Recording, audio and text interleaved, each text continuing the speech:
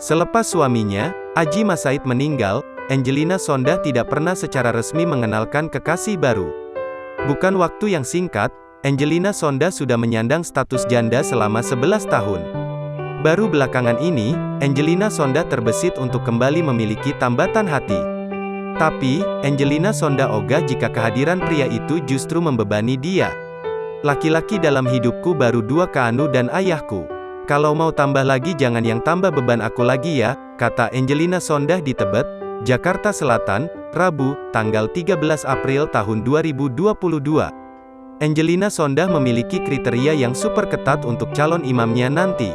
Dia tidak hanya memikirkan dirinya sendiri, melainkan anak semata wayangnya dengan Adjie Massaid, Kaanu Massaid dan orang tuanya.